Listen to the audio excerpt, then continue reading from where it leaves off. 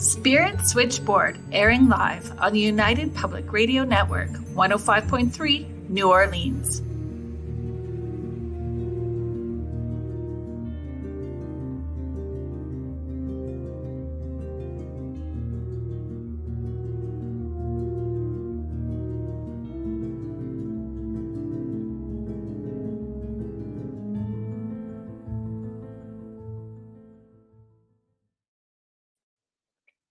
Hi, everyone. Welcome to Spirit Switchboard. I am your host, Carrie Lynn Shellhorn, and you are joining me live on the United Public Radio Network and the UFO Paranormal Radio Network, 105.3 and 107.7, New Orleans.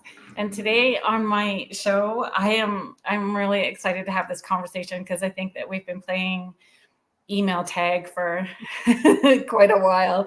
So I'm welcoming Jaclyn Goldman. So Jac AKA Creepin J is the owner of Guelph Urbex Walking Tours. She has lived in Guelph, Ontario for over 20 years and has started Guelph Urbex in the fall of 2021, offering guided historical tours of the Guelph Correctional Centre Grounds. Due to high demand, she rapidly expanded her tour offerings, which now include 7 tours weekly. Her tours range from historical to haunted to full-out paranormal investigations. Jac has a scientific background and has had extensive paranormal experiences throughout her life. It made natural sense to her to build a business based on her unique background and share that with others, both from this life and beyond. Welcome to the show, Jac. Thank you for having me, Carolyn. So honestly, you were my golden gem during lockdowns. And I'm sure lots of people tell you that.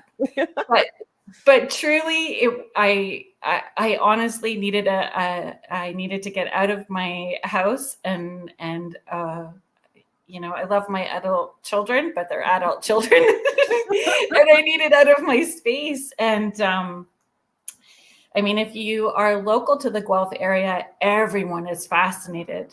Everyone is fascinated with the Guelph facilities. So, can you tell me?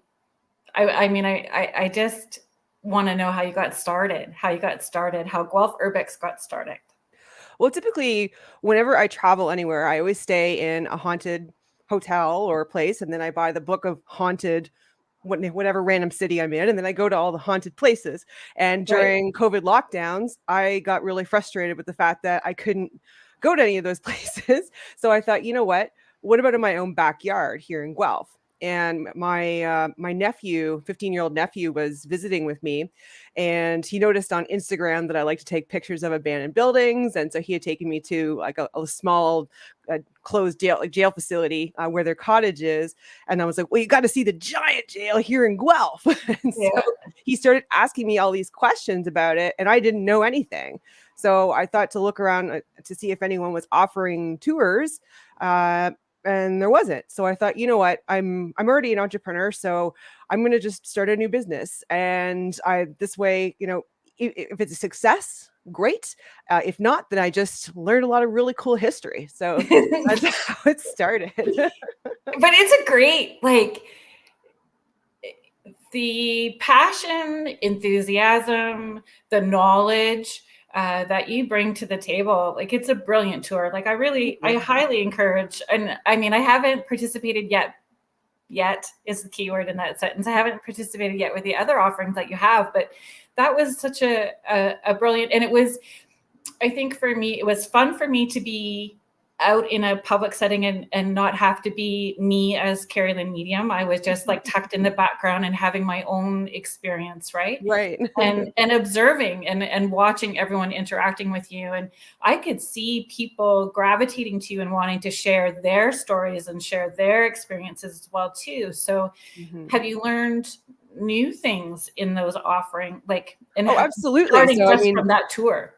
Yeah, absolutely. So, especially when it comes to, so now I've adapted my tour a little bit since you were taking that initially, because I've interviewed at this point over 30 former inmates, because so I've actually have some participants read quotes from the inmates that I've interviewed, just kind of all along. Brilliant tour. The way you engage people is just brilliant. Well, thank you very much. Well, because I like to get people, I don't want it to just be me doing all the talking, right? I find Yeah. if you actually, it's why I having participants read quotes from other inmates that it gets them involved and they actually listen more and pay attention too, because they're like, oh, when is she going to call on me? Right. Yeah, they're carrying the weight of responsibility for the group. Right. And originally I did that because I was nervous that I'd forget everything. Right. I'm I serious. can appreciate that. And I made notes. So I thought, okay, if I have my participants read something, then I can sneak a quick peek at my history notes if I mess something up. But I never actually needed to do that. And it just ended up being, I ended up getting great feedback about that. And that's what people seem to like the most about it. Yeah. And I think you're just naturally transparent yourself. Oh, thank you. You just step up with authenticity and integrity in what you're presenting, and you're honest about your journey as well too. And it's relatable and inviting, for people to participate. Mm-hmm. So as a kid, you said that your 15-year-old nephew sort of pulled you in. So, Jac, as a 15-year-old, were you into paranormal, outside of the box kid at that point too? Always. I mean, we played Ouija board growing up as kids, like little kids. I started watching horror movies when I was in kindergarten and stayed at home. I had my first real significant paranormal experience when I was 11, and it saved my brother's life. Tell me about it. Do you feel comfortable sharing? Absolutely. Sorry, I should have asked that first. Well, actually, I run haunted pub crawls and spirit crawls now, so that's actually what I try to do. Is I try to encourage everybody to share all their paranormal stories. Well, only while they're sipping spirits with spirits, right? So, when I was about 11 years old, I saw this. It was like it was a white figure at the base of my bed, and it was much taller than a human. It kind of was human shaped, but it wasn't. And I didn't know what it was. I kept hitting myself in the head and pinching myself and yelling, "Mom, what is this?" and then it disappeared. And then a couple of months later, my mom, my brother, and I. So my little brother was 8, so I was 11.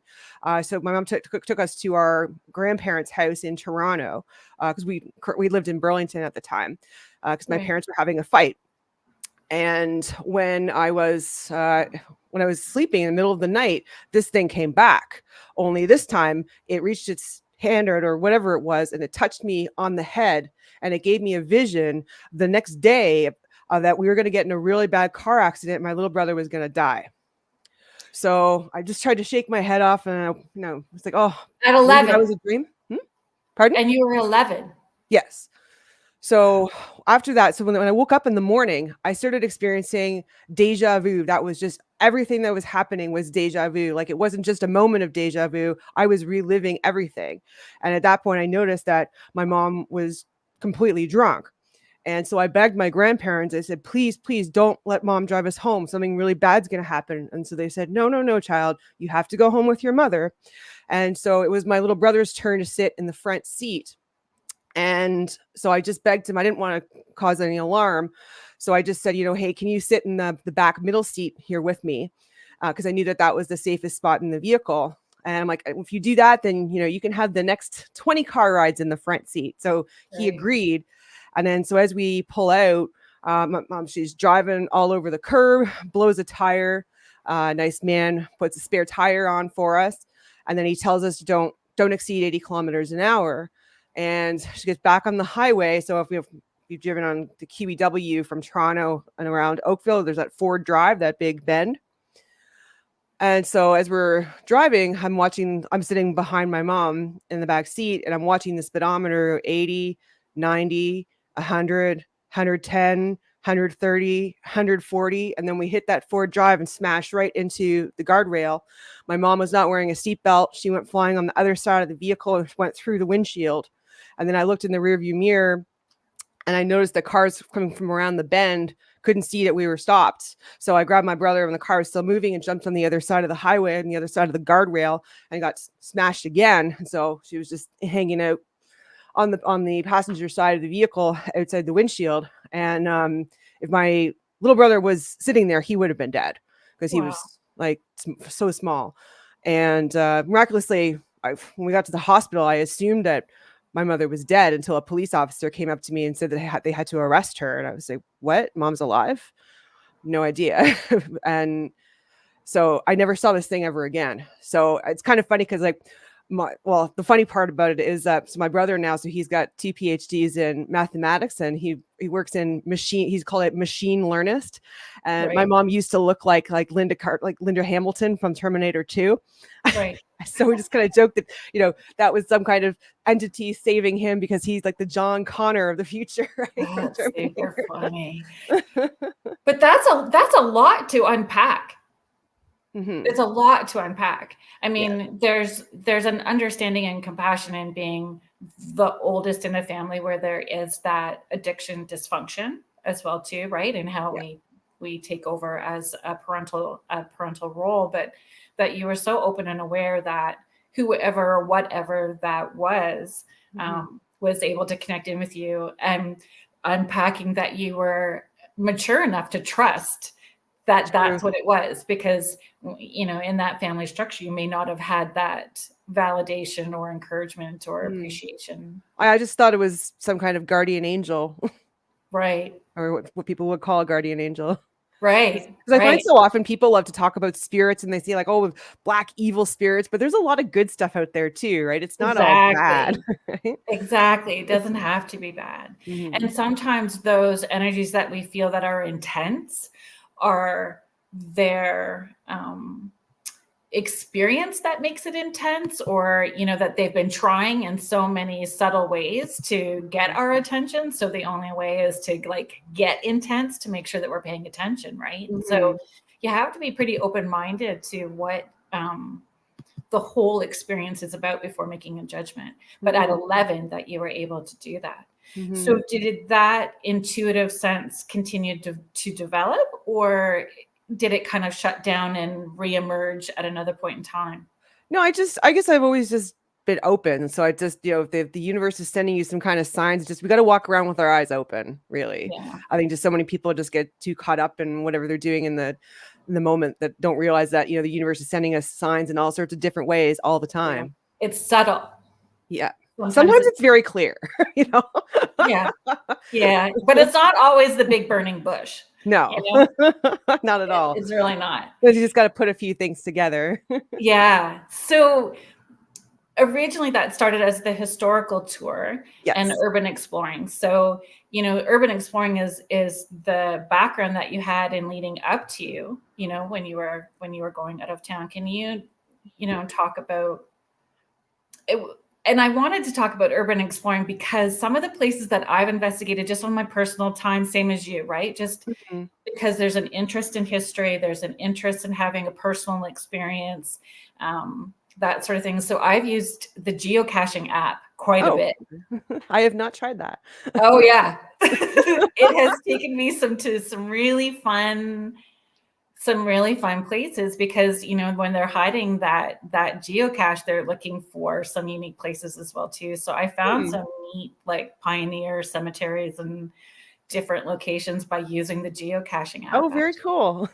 Yeah. So I mean, I really resonated with that idea of urban exploring, and that's certainly how that started for me. But I would love to hear urban exploring. I don't know. That's why I call myself Creepin J, not because I'm a creep. It's just I like to creep around in places, and so I'm fascinated with like abandoned buildings and abandoned towns, and so I mean, like as soon as the COVID break was over, I called it my bando trip.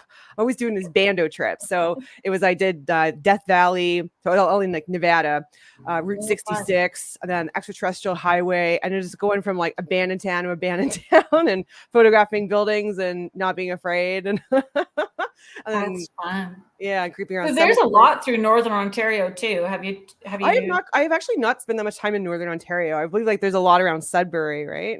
Yes, that's my sort of neck of the woods, right? Okay. So I grew up outside of Sault Ste. Marie, so that whole area. But even going like north of Peterborough, there's all kinds of like really neat places to check out in our community too. So yeah, I should, because like lately I've just been going to the States.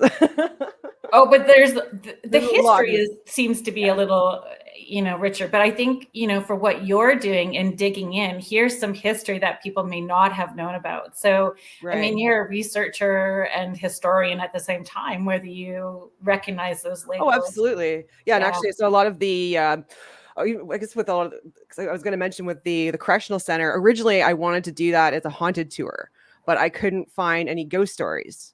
So Oh. I know. So I was like, well, I guess I'll make it historical.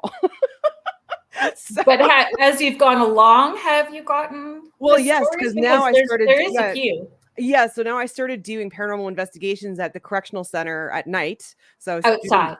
yes, We outside. just need to be Unfortunately, clear, right? Like there's yes. not really access inside the Yeah, there's building. no access inside, and I have permission from Infrastructure Ontario. I have a permit, so not everybody can creep around there at night. If you're actually in there that you're not part of my group, you can actually be charged with trespassing if you're there in the evening. So just putting that warning out so yes, everybody thank you for the understands reminder. But yeah, so I've run about 12 so far this summer, and it's really interesting that I'm seeing some pretty consistent results. Because I let everybody use equipment, right? So I've got 12 different pieces of equipment, and we're in the same spots. We're identifying some of the same spirits, and I don't tell anybody in advance because I run it like a science experiment, right? I was going to ask you about the science because that's your background. In looking at it as a science experiment, you have to repeat the experiment. Exactly, with different people using the same tools. So you have, what I love about these is that you have people that are super sensitive and have had tons of experience with the paranormal, and then you have like the guys that are just there because their girlfriend wanted them to, and they're like, voluntold, whatever. Yeah, I don't care. I don't believe in this stuff. I don't believe in no ghosts. Yeah. And then I just kind of let them go, and I'll debrief them afterwards, but there's some pretty consistent findings, and it's very interesting. Do you There's find definitely a lot of activity there? Yes, because I know that I've dragged my kids when they were younger. Let's go. Let's go, and really educating people too that you don't necessarily have to be inside a building to have those experiences. Right. Yeah. I mean, these things are spirits are everywhere. Just like, and the same thing too. I mean, we do it at nighttime, but like spirits aren't just active at night. Yeah. My craziest experience in Guelph downtown was at the Woolly Pub. Oh, really? Okay, that's a new one. All right. That hasn't come across my radar yet. What was that? It was actually inside the building, not even outside of the building. Mm-hmm. And what happens? It was like a Harry Potter painting, when the characters in the painting start talking to you. Okay. The painting behind the bar, and up above, started moving. And then one came out from it like it was a mirror. So I'm assuming there's some kind of portal thing going on in there. And it looked at me and talked to me. And then it moved around to the back of the building. And when I looked out and across the street, there was something. Wow. But I don't know what it was. Can't identify what it was dancing. Okay. It was maybe 3 or 4 feet tall, and it looked like it was dancing on the roof of the building across the street. And just so we are all clear, I was not drinking. Okay. No alcohol was involved in that spirits encounter. But I mean, that was a while ago. Right. At least 20 years ago. But it stuck with me because it was just, it was a wild experience for me downtown. Wow. Yeah. See, the most haunted place in downtown Guelph in my books is St. George's Church. So kind of close. Oh yeah. By a long shot. I know everybody always talks about the Albion, but I personally didn't have an experience inside the Albion either. Yeah, neither. But it could just be us too, right? Like everybody's going to bring their own energy into a space. Absolutely. So one of the questions I wanted to talk to you about, like when you said that in looking at it as a science experiment and having different people, different equipment, same equipment, different equipment. in that It's the location. same equipment, but I've got 12 different pieces. So I encourage people, because some people really have a knack with one particular device and then not with others. So I like everybody to try everything. So are you finding residual energy or intelligent energy, because are those spirits kind of warming up to you? You know, yes, here comes the pretty blonde and she's bringing more friends. With the exception of one. Are you allowed to swear on this thing? Nope. Okay. So I've used a spirit Salty box for a words. really long time. It's okay. I've used a spirit box so many times. I've never heard swear words come out of it before. But there's actually I call him the FU ghost, where every time in the same spot, it's like F you, F off. Right. Not wanting you to invade the space. Yeah, with the exception of like last weekend, I think it liked these two ladies that I was with, because I'm like, okay, we're leaving now, so you have to stay. I always instruct, just in case, because I don't want anybody taking home any energy, right? I just have to make it clear. And then so that very clear in the spirit box, it says in a man's voice, "They're leaving." It's like, what? So what was the difference with those two ladies? I guess attitude, energy. Yeah, I think so the one woman, she had a lot of experience with the occult, and her mother was into that too, so I think that maybe there was something special about her. Interesting. Mm-hmm. And you don't really know. I mean, you don't know if the history of the land included anybody doing something ritualistic. You don't know what happened in between it actually being open as a jail, open as a prison, and shutting down, and before it became offices that it is now. And or even before all of that, because on the other side of the river where the Turfgrass Institute is, they found indigenous artifacts dating back to 8,000 BC. Shush, eh? Yeah. Wow. Yeah. Yeah. But it feels weird. Like Guelph is just weird. Like there's lots of history that's buried. Yes, literally. Well, that's why I also run a tour on the hidden burial grounds in downtown Guelph, because there are actually 7 of them. There's 7. Yes. So that's, what one piqued my interest as soon as you put it up. And I just wish that my schedule was more in line with your offerings, because it was the ward murder tour. Yes. Well, that one, so I have a local historian, Bonnie Dirtnall. She's running that tour for me now, because I actually originally, all the history from the Prohibition side of things, I got from her books, because she wrote 2 books on the ward and all the Prohibition history and murders and that sort of, and prostitution. And so I thought, it's best if she runs those tours for me now, because there's a lot of really cool history in the ward. And she's actually right now, it's going to come out in October. She's writing a book, Haunted Guelph, because we need one. We need one of those books. Truly. So it's really exciting. And how fabulous that it's grown that way for you, that, you're incorporating these different arms and different people, and that it's morphed the way that it has, right? But yeah, the original Murder Street concept came out was because, it was a joke between me and my neighbors, because we just it was about a year after I purchased my home.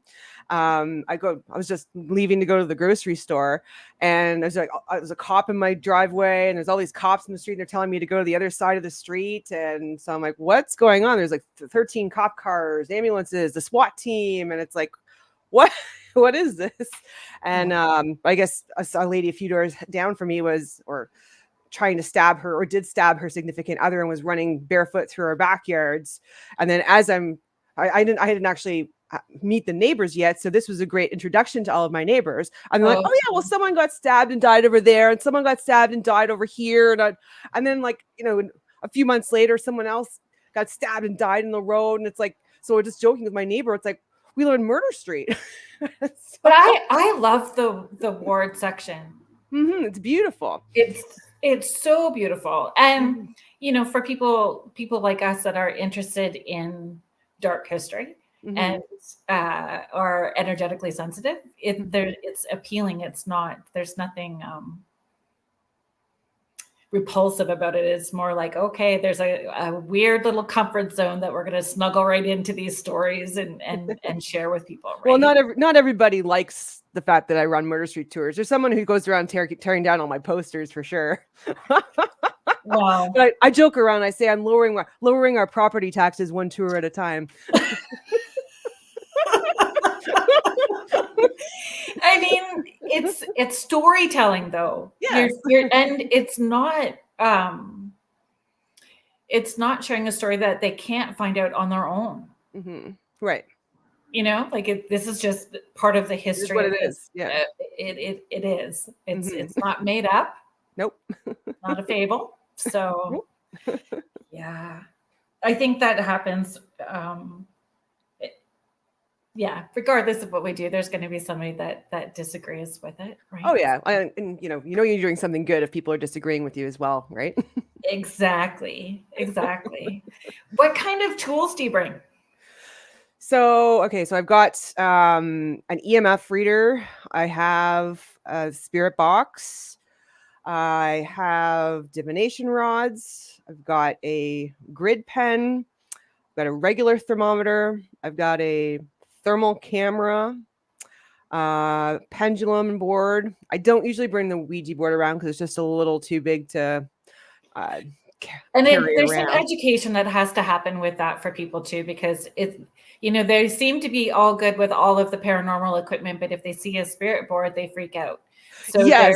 there's a belief system and fear that's attached to it. Oh yeah, I swear I had one guy on one of my tours, I swear he jumped like 6 feet in the air when I pulled out the Ouija board. He's like, oh hell no!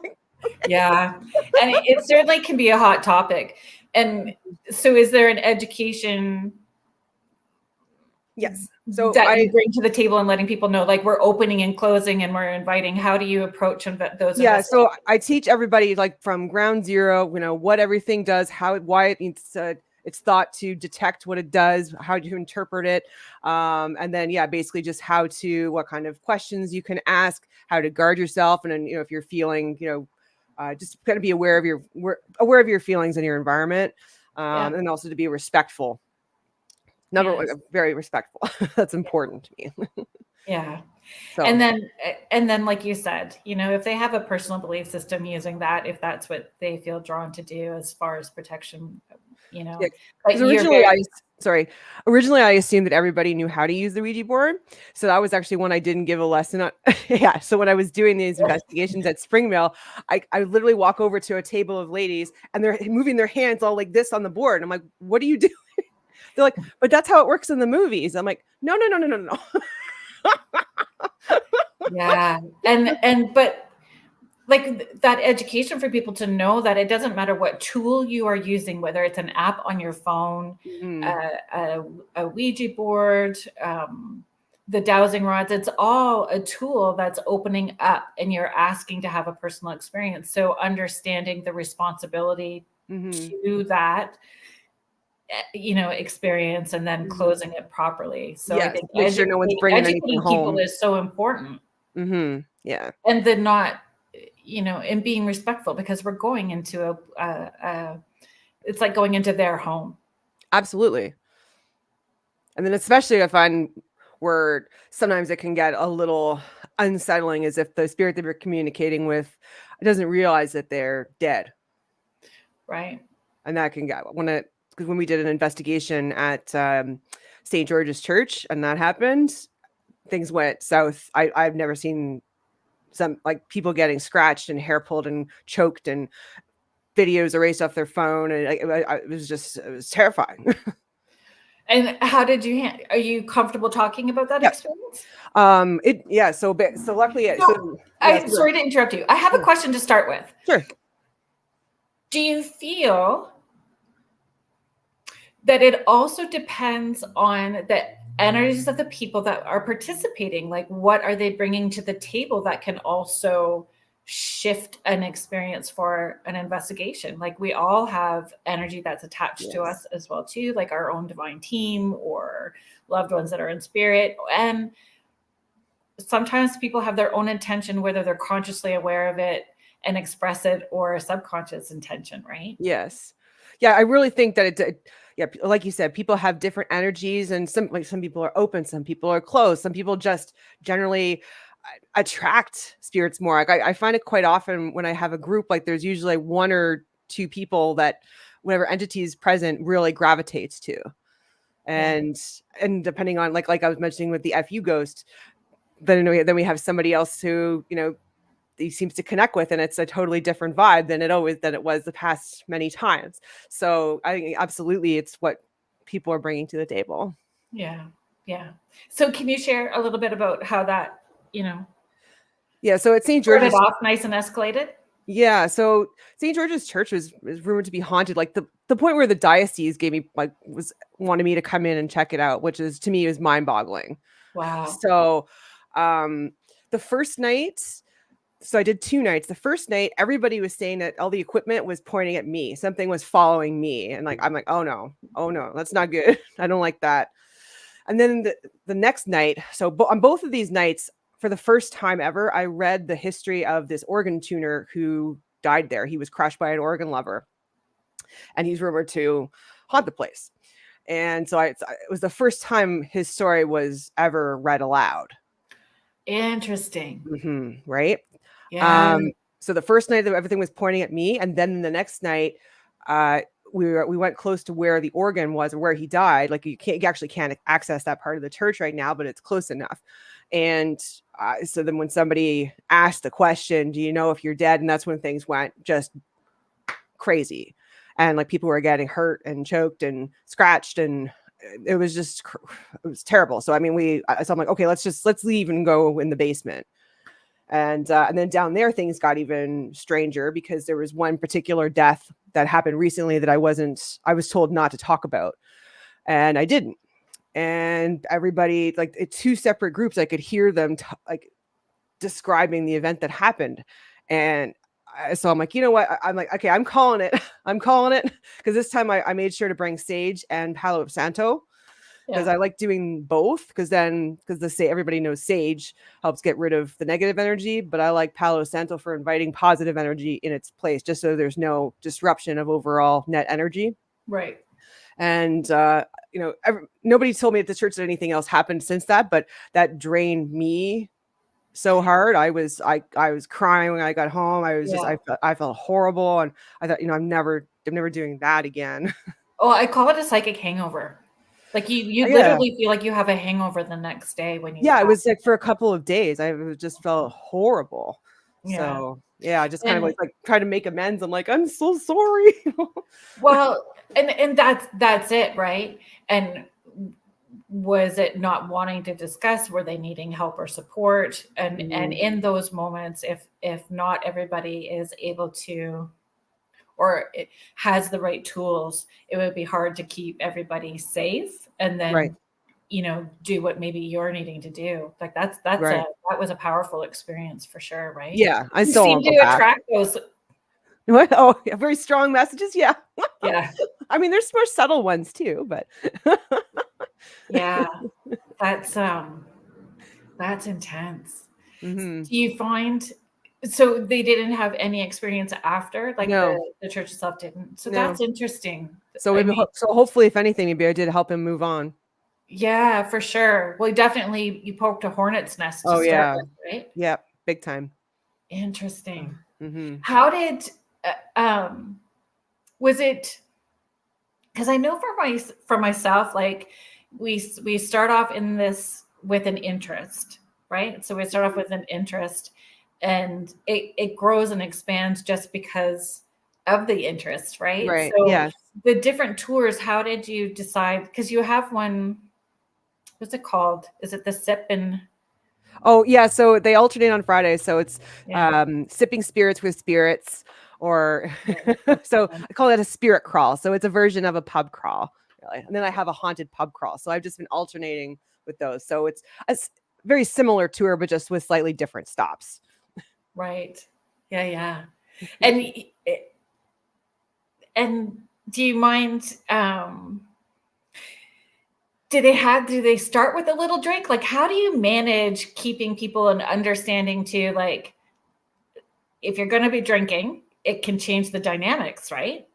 Yeah, it's different every time. I like, yeah, Like the partner that got voluntold who's just going to chug as he goes. yeah. And So then do that you find happens. that their attitudes change from the beginning of the evening, and as it develops and they're maybe having experiences, it Yeah, then changes? they want to share more stories, right? So I just encourage like so, and then if they get stuck, then I've got tons of stories. So I'm like, but I just try to encourage. I mean, because pretty much everybody who's doing the spirit crawl or haunted pub crawl has had some kind of paranormal experience. Funny, right? Yeah. Like So when you say this is what you do, they go, "Oh, I don't believe in that." But then all of a sudden they remember a story from when they were 12 at grandma's house. right, yeah. And then there's also like the people like so like my father, for example, always told me he's like, "Oh, I never believe any of that paranormal stuff." And then like later, now he's like 80, and he says, he's like, "Well, yeah, I did. I just I didn't want to admit it." So there's people like that too. Yeah. Do you And a lot find of people any are difference? nervous. Pardon? Do you find any difference between daytime and nighttime? Like you can have, are you having, like you start those, when you're doing the tours, like the tour that I did was in the afternoon, Yeah. right? So, I mean, I know that I'm sensitive, so I was picking up stuff, but not why I was there, right? So Mhm. there's definitely shutting that down for me, going, yeah, I'm just here to walk around. Yes. Yeah, yeah, you have to, right? Yeah, thanks for hanging out.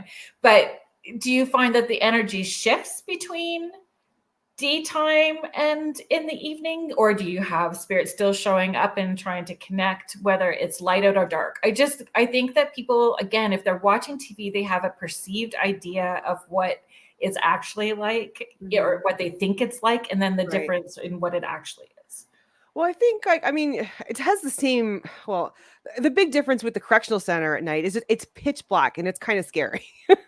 Yeah, So, so your senses so are heightened. yes, absolutely. Because like the other thing too is like you don't notice. I always warn people on those on my anything ghosty that I do. It's like that. It's not the ghosts we have to worry about. It's the people. It's the humans. So you never know. Like Or the somebody's lurking in animals. the bushes, right? So that I guess that's what puts me on edge. I agree.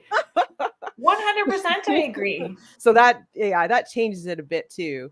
But yeah, like last summer I did the paranormal investigations over the hidden burial grounds in downtown Guelph, and I mean, you still I didn't notice any difference in day or night. It's just there are some really kind of heavy spots that have some really heavy Cool. energy, and others don't, and that doesn't change kind of depending on the time of day. But yeah, with the correctional center, it's just yeah, it's especially if you're only with a couple of people, it's just like, "Ooh, what's around the corner?"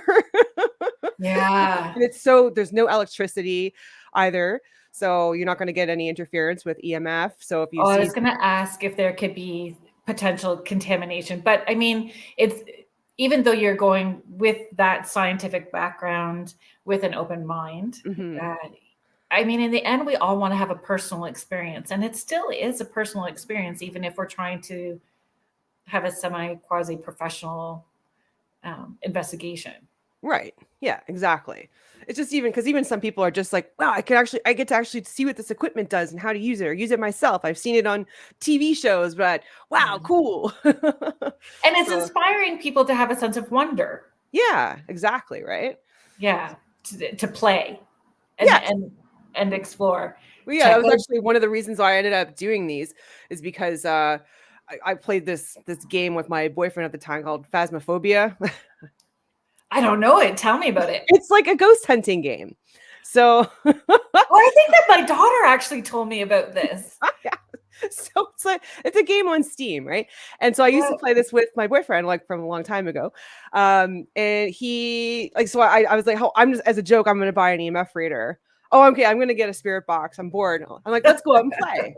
And he's like, no, he's like just too cool for that, you know? So I'm like, you know what? Fine. I'm gonna go play by myself then. And so then I just started doing that. And then it was actually when I was at I don't know if you ever heard of the Clown Motel in Tonopah, Nevada. Yes, I have heard of the Clown Motel, but you can So share because maybe there are people that are listening that haven't had.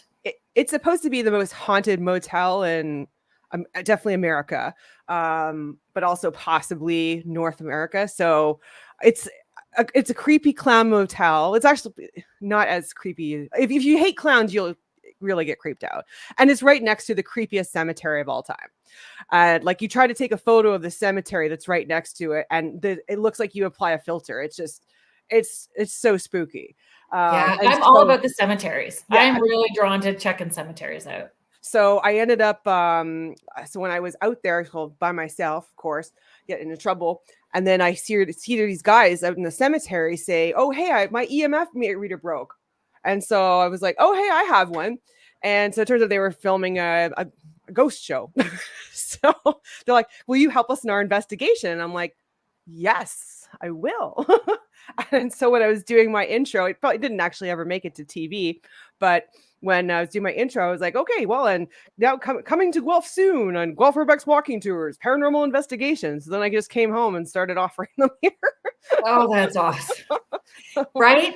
And that's how, and you know that you're doing the right thing when it flows with ease. Yes, yeah, and it's fun. Like with the exception of St. George's scaring me, but I really enjoy it. And I think that's probably a lot of the feedback that I've gotten from anyone that's taken my tours, that I just have like contagious enthusiasm because I'm finally getting to do something kind of really fun that I like. And, because I find a lot of times too, like this is the kind of stuff that, especially I say probably like women want to get out and do, but they don't want to do it alone. So they like the idea they can go see spooky places and hear spooky stories and then kind of like under my little umbrella. Yeah. And there's a comfort level that it's close to home. Yes. Mm-hmm. There's that comfort level that they're gonna make it home. Laura Lee is saying that Clown Hotel is so creepy, but mainly because I don't really like it. Yeah, if you don't like clowns, there's no way you're sleeping there. But also just down the street is the Mitzpah Hotel, which is supposed to be the most haunted hotel in Nevada. So it's like that's in competition with the Clown I want to Hotel. know how they get those monikers, or if it's just something that they add to it, because make it there's a up. lot of those, the most haunted. I know, right? Well, it's like that's why if you buy the book, haunted whatever town you're in, like, there's usually more than one place, and it's like the competition as to who's the most haunted. And Yeah. Have you taken people through, or have you explored on your own, like just even walking through the Woodlawn Cemetery? I haven't done it in Woodlawn Cemetery. I feel like I should have. I've just never really gotten any creepy vibes there. No, I don't necessarily get creepy vibes either, but there's definitely some trickster energy attached in there. Yeah, there's been some interesting things going on. I actually took Girl Guide group through there. Oh, really? Oh, neato. Yeah. And again, it's just like it, and that was that point, right? It was starting to get a little bit dark, and right. There's a little bit of a creep factor. They get to play with a little bit of equipment and have an experience, and that's what you're providing, is an experience for people, right? Right. And for sure the enthusiasm, because I mean, that's definitely, I told I was so excited to share, Guelph Urbex with as many people as possible. Well, thank you very much. Appreciate it. You're so welcome, because I mean, you're quite the legend around here. Yes.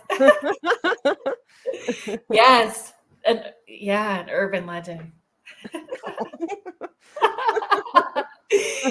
it's fun, and it is fun. And I know that people, it is the sort of thing that you can do more than once, because you're going to have a different experience every single time, because it's different energy, different group of people, different spirits, right? Like it's not ever, it's not going to be the same every time. No.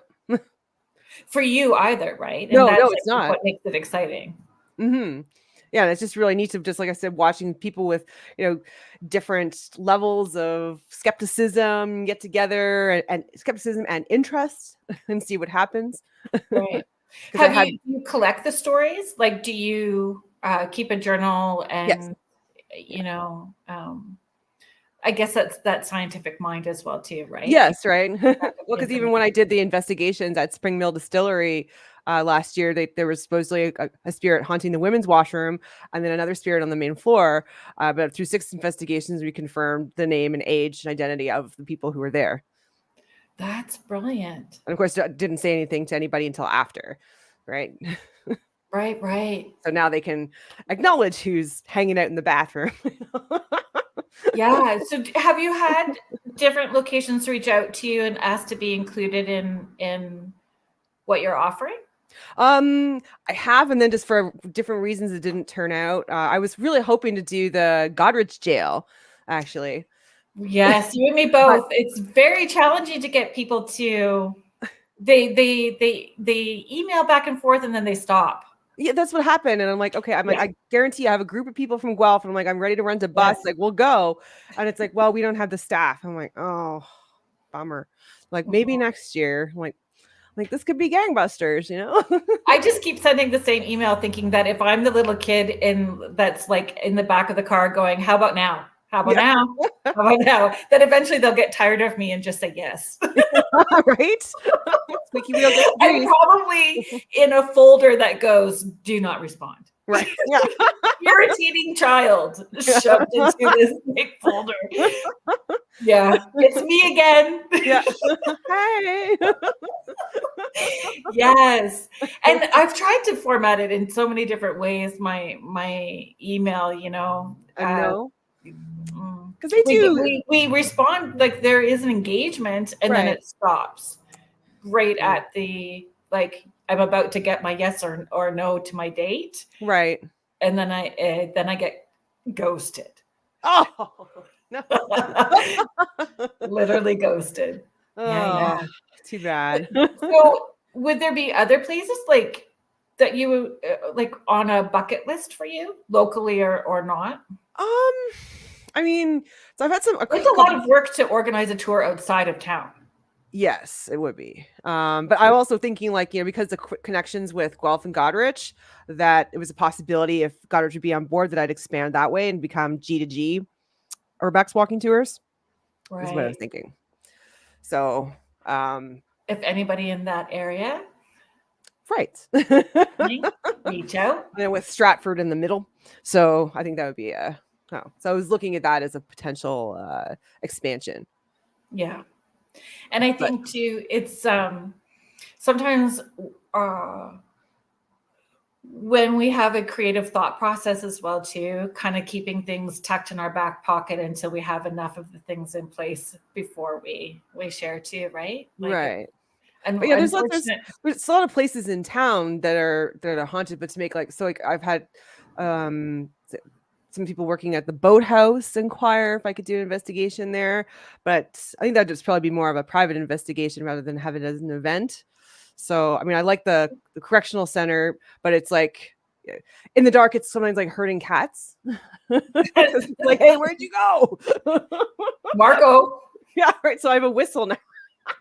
Do you really? I have to. I put glow sticks on people so I can see them, and it's that dark, right? Yes.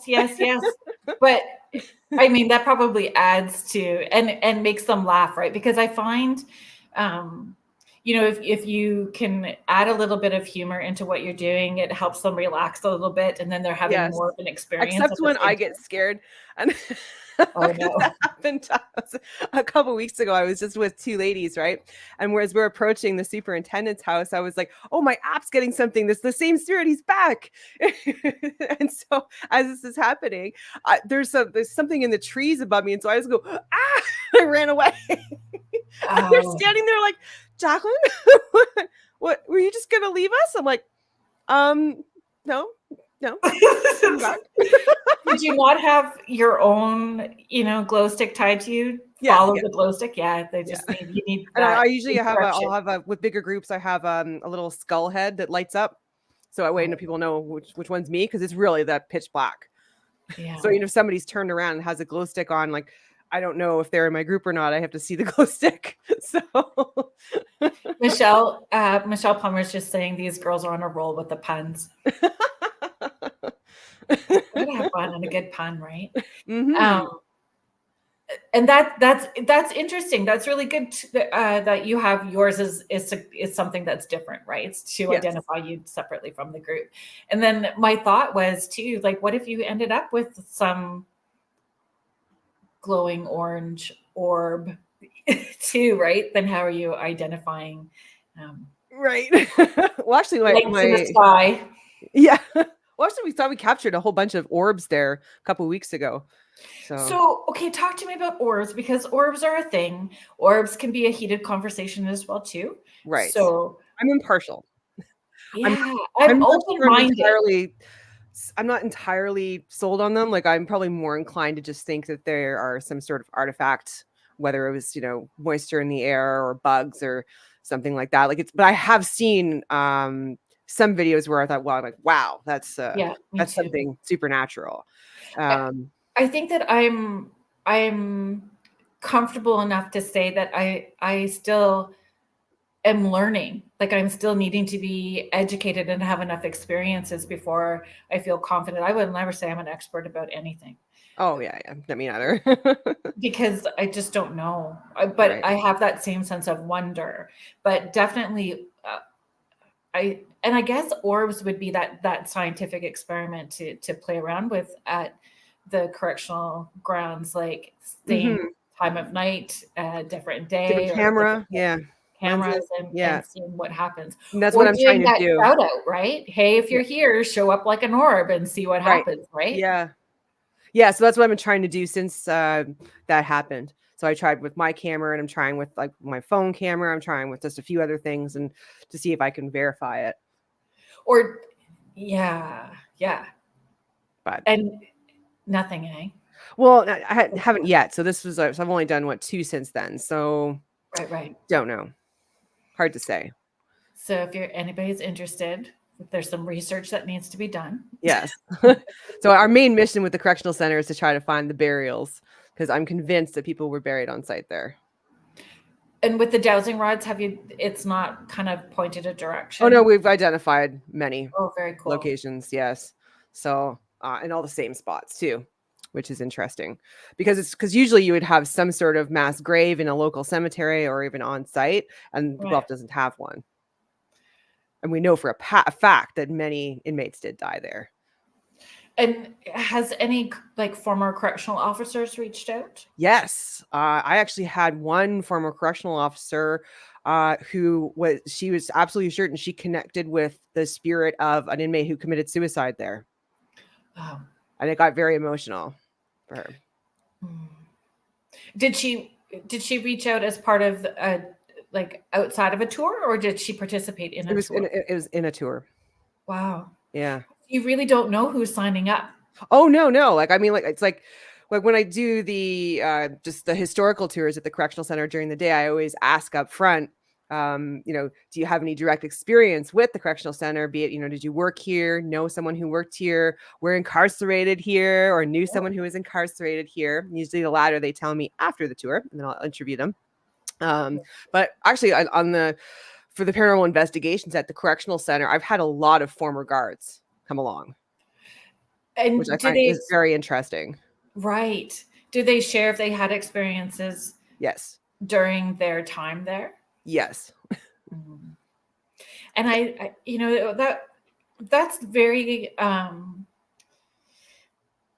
I want to use the word brave. Like, it's brave of them to feel that they can share that maybe after the fact, right? I mean, they're in this position where they're having to be respected. So sharing something openly may not have been so easy for them at the time. Oh, absolutely, right? And so it's nice that they can share now, or even like anybody who's sharing any stories on my tour. I mean, I usually try to kind of break the ice. I usually tell something personal story of mine, and then people kind of get a little bit more comfortable. Yeah. So it's and that's the relatability, right? That's the relatability. It's the transparency, the integrity that you're bringing to these as well too. And knowing, laying that foundation that you're willing to engage with them on that level, right? And have empathy. Everybody needs a little more empathy in their lives. No kidding. No kidding. So where do you think it will go next? I don't know. I mean, geez, I've already got 7 tours a week, so I quickly made myself the biggest tour operator in town. So I don't know. I mean, do you find though that because because I keep adding tours because people are like, "What's next? What's next?" So I'm like, Right. "Okay, give me more stuff." So Right. So there's pressure in that, right? yes, So if there's a comfort level right now and just it is what it is and it will unfold organically, but do you find, that it's running so popular that you need your own thing that's separate from it? Like, well, that's what I'm doing, the haunted stuff. So my other tour guide, Bonnie Dirtnall, so she's a local historian and researcher. So she does my Murder Street tour in the ward, and then she also just launched a tour for the ward history walk. So she sticks more to the historical part, with the exception of the correctional center, because I like doing that. I've got personal ties with that one. right. So I want to stick with the spooky stuff for me. Yeah. But I mean, do you find you need to do something to balance the demand? So there's a public demand and that can be Mhm. tiring after a while, right? Like, I mean, it's good and we appreciate it, but there's Mhm. still and we do that exchange, we gain from it, but we need something that's separate, that's just our own. Like, I do investigations that I don't tell people about because I Okay. need it just for me. Right.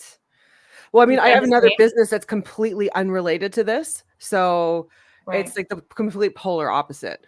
So that kind of balances me out. That's so fun. Yeah. Yeah, for sure. So that way it's like by the time, yeah, I'm done one and then I'm on to the next one. So it's yeah. Different hats, right? Exactly. But it's like Yeah, I get bored easily, so I need that in my life. me too. It's that 18 tabs open all the time. Right. Yeah. So I'm like looking at my like, what do I have? 20 something? So funny. Well, if you're just joining us here, thank you for joining us on Spirit Switchboard. You are listening to us live on the United Public Radio Network and the UFO Radio Paranormal Network, 105.3 and 107.7 New Orleans. And we have on the show today Jaclyn Creepy J from the Guelph Urbex Walking Tours. It's been great. Yeah, thank you so much for having me. Honestly, when I was starting Spirit Switchboard, I knew that, reaching out to you was one of the things that I wanted to do, just because I love what you're offering locally. How would you encourage people to start exploring, or their own area, like we have. Whenever I'm exploring a new town, I always start with the cemetery, because you can learn so much about a city or a town just based on their cemetery. So not only you can see, kind of like the origin of where people came from. And then I always look for the biggest tombstone or the biggest gravestone and see like, okay, who was this person and why were they important to this town? Right? And So those biggest ones usually have like their family on all sides, so you're yes. getting a rich story. Right. So then you can see where they came from. I was fascinated with the life expectancy at certain times, because it's surprising how sometimes even well over 100 years ago, some people lived to be over 100 or even 90. So it's so that's where I usually start. But I love cemeteries. I always I guess I remember my mom taught me how to drive in a cemetery because she figured I couldn't kill anybody. So just always It's kind of, so and then funny. when I used to be in sales, working across Canada, I would always have my lunch in the cemetery, and then so I could catch up on my phone calls over because it's nice and quiet and nobody will bother you. Yeah, no kidding. But that was an actual thing. Like in Victorian times, they would lunch Yeah. in One time I took my sales manager to the cemetery for lunch, and he's like, "What's wrong with you?" I'm like, "No, this is actually very peaceful and quiet." It's like, yeah. I had a first date with somebody and it was at a cemetery. oh, Our that first sounds date was at a cemetery. cemetery.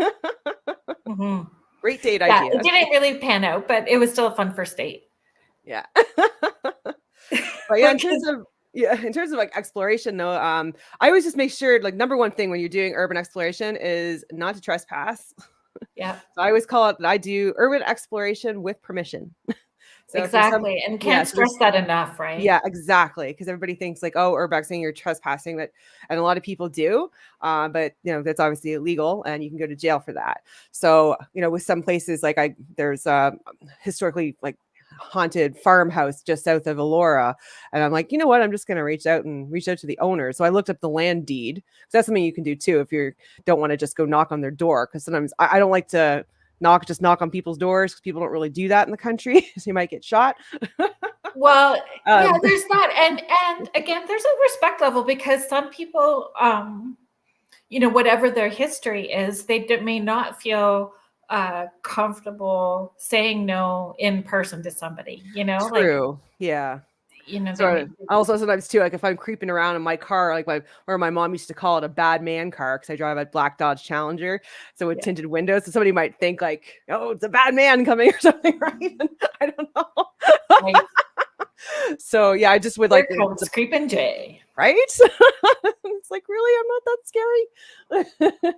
But yeah, I have in special instances like looked up the deed on the house to find the owners, and I could look up their phone number because like usually if it's like an older farm property, sometimes they might have a landline still, and then call them and explain and I'd see if they give me permission to photograph their building.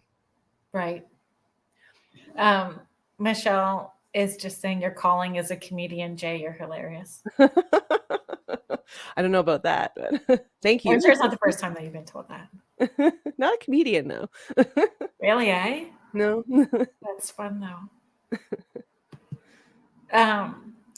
Do you have a most memorable or most like the weirdest experience that you would like to share about the tours that you've done? I'd say the experience at St. George's Church was definitely the most significant that I told you about. Yeah, just because it was just we really made I think JT upset. So that was not good. I didn't like that. So, but for the most part, for doing these investigations, it's mostly people find it fun and intriguing, right? So I haven't had anything like, too seriously scary with the exception of St. George's Church. Right. And interesting that it was a church, right? Yes. Like when you're thinking about being on... They let me bring a Ouija board in there. Oh. Like, who can say that, right? That was some sweet talking you must have done. Like, I find that fascinating.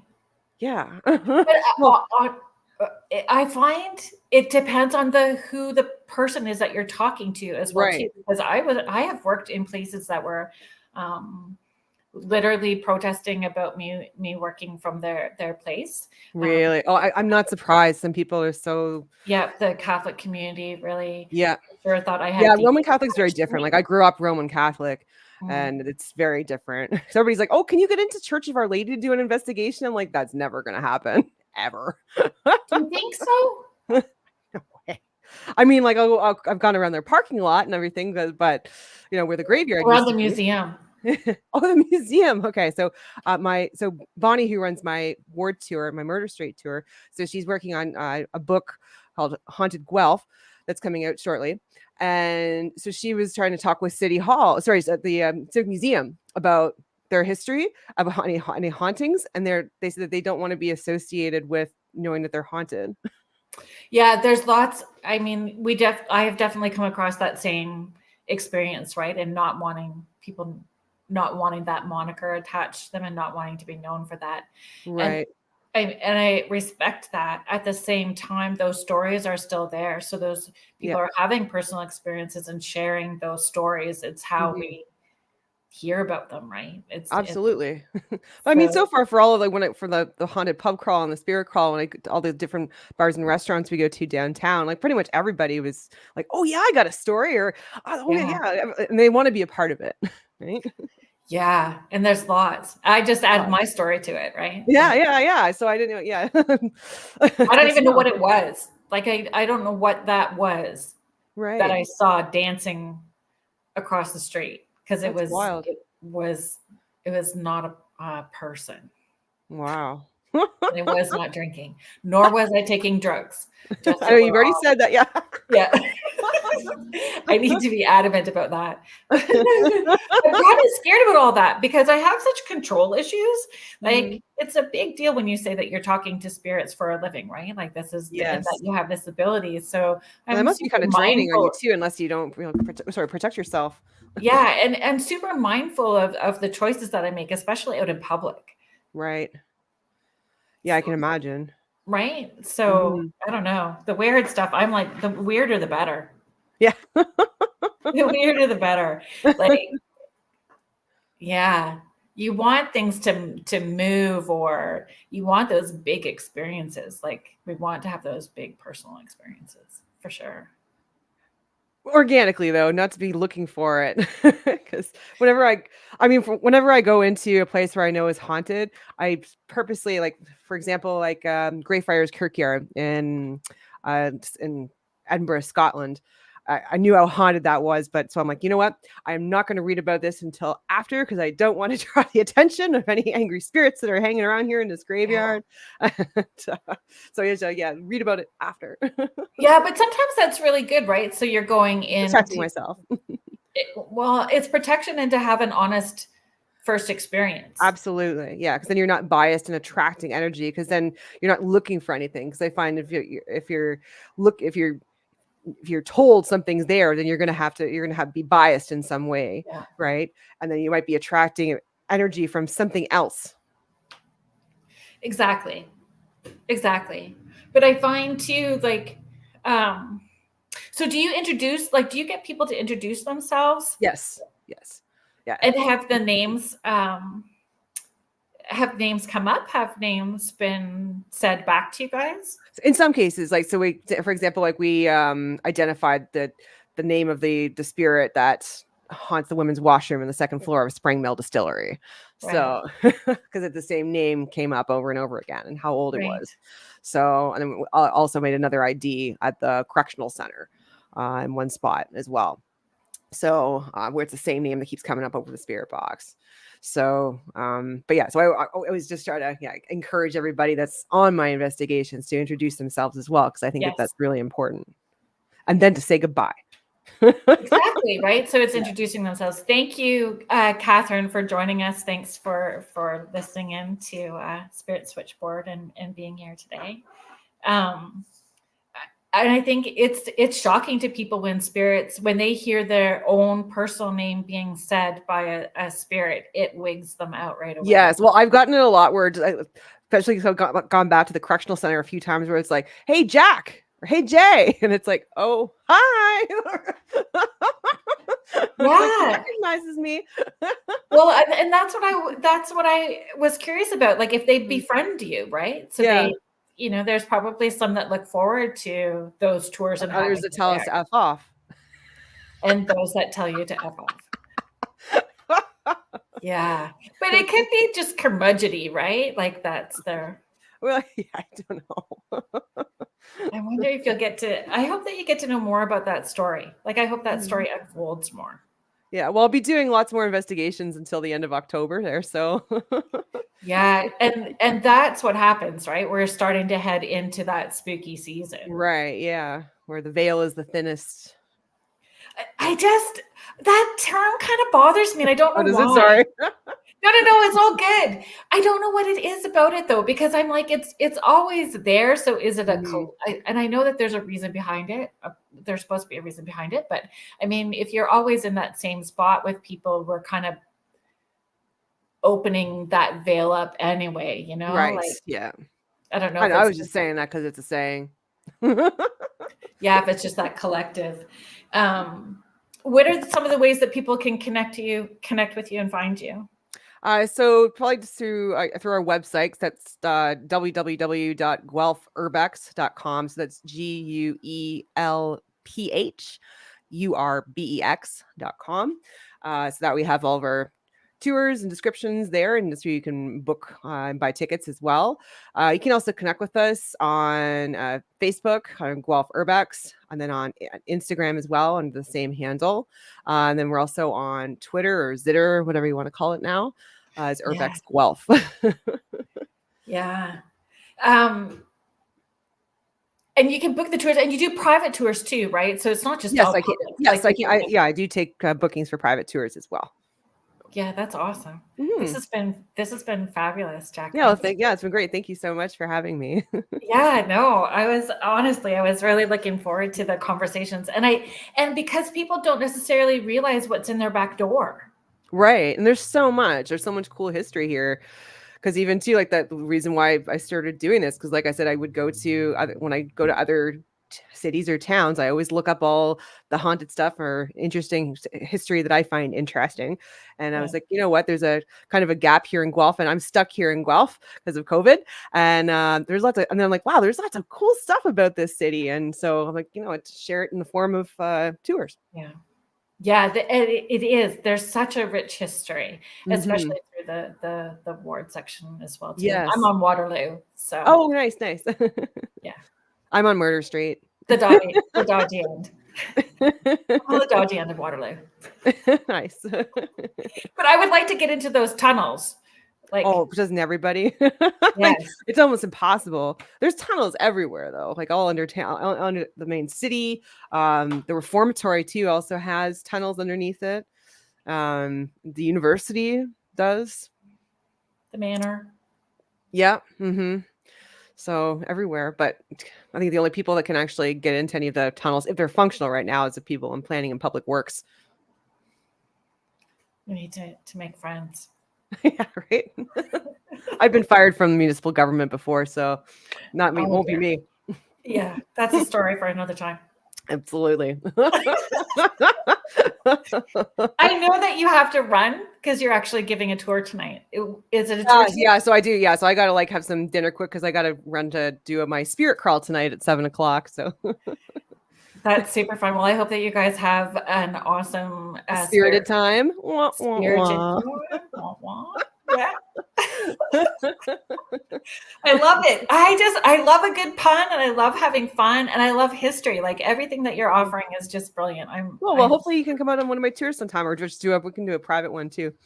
Yeah, I think it would be a lot of fun. Do you have the people that are coming to those spirit calls? Do you find that they bring if they have equipment, do they bring their own equipment as well? No, not to the spirit calls, because basically it's just the idea is that it's exchanging stories, so it's more of a storytelling experience rather than an investigation. So, and I wouldn't bring my equipment necessarily anyway, just in case people get impaired and then wreck it. So, yeah. But luckily, I do space it out so that people don't get impaired. So, for example, we'll start off at one space outside, and then we go to a pub, and then I'll take them somewhere else downtown outside, and then go to a pub. So kind of space it out a little bit. So, but to kind of just dissuade people from, drinking too much too fast. Because it just kind of can ruin an experience, right? Yeah. So I just want to make sure everybody has a good time and share some stories of the supernatural and then meet people too. So yeah, good stuff. All right. Well, you have a great night, and thanks for joining me here tonight. Thank you so much for having me. Yeah, I'd love to have you back again. All right. Take care. Thank you. Bye-bye. Take care. So if you guys have been hanging out, we're actually going to bring in Laura Lee. Hi. Laura Lee Potvin is, she was helping me produce the show tonight. She is the host. She is my fellow UPRN colleague and host. Crazy hair. Trying to fix it. Sorry. Mine's all fall flat. Do you want to share the shows that you have? Sure, it's just easier, isn't it? I always say that to people too. So, hi, I'm Laura Lee Potvin. I am the host of my own show here on UPRN on Monday night, The Angel Rock, from 6 to 8 p.m. And I co-host a newer show, actually started in the new year, called The Thing at the Foot of the Bed on Thursday nights here on UPRN with my very good friend, a fellow medium, and he's an angel channel, David Hansel, and that's 7 p.m. Eastern Standard Time. And if you've never met me, I am a Canadian clairvoyant medium, crystal Reiki energy healer, Akashic Records practitioner, a spiritual teacher and mentor, a registered nurse, and well-versed in the paranormal. Thanks for having me. Yeah, it's just always fun. We seem to be doing this a fair amount lately. I don't know what it is. You and I, yes. Like we produce whatever it is, and we get EVPs, and we get all kinds of crazy stuff. Yeah, for sure. So, I mean, tonight we were talking about urban exploring and investigating locally. So, is that something that you've done? You're up in Thunder Bay, Ontario. The problem is, I had a very unfortunate accident. I always say I was beginning to be there at the beginning, or I shouldn't say that. Sorry, got to get in podcasting mode here. I was listening and doing a million things before. Being a nurse, I always say I've been so blessed to be there hundreds of times at the beginning of life working in the NICU. And towards the end of my active nursing career, I worked out in the community. If you're Canadian, it was the Victorian Order of Nurses. And I had a patient who lived in this little trailer park way out in the country I'd never even heard of. I've lived in Thunder Bay my whole life. And I went in the side of it. It was a trailer, and I asked to use the front door to exit.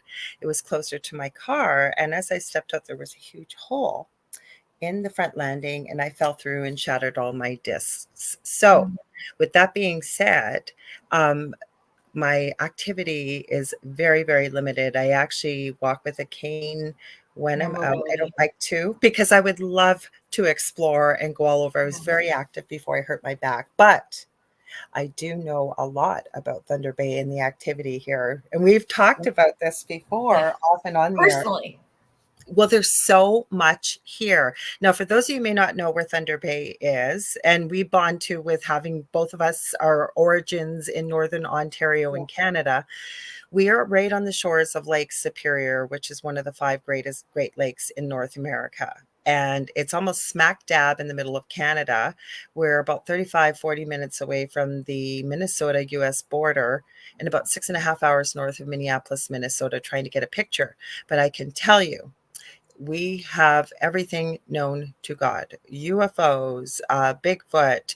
I have had a crazy paranormal story myself that I've shared on the Travel Channel's Paranormal Survivor in season 4, episode 9, called Demonic Hauntings. Our own Michelle DeRoche has been through Thunder Bay, and we've talked many times about the activity here. Wow. We have a very big First Nations population and 2 landmarks that have quite a bit of history, legend, and lore, which I believe with some paranormal activity has been documented as well. Is that Sleeping Giant?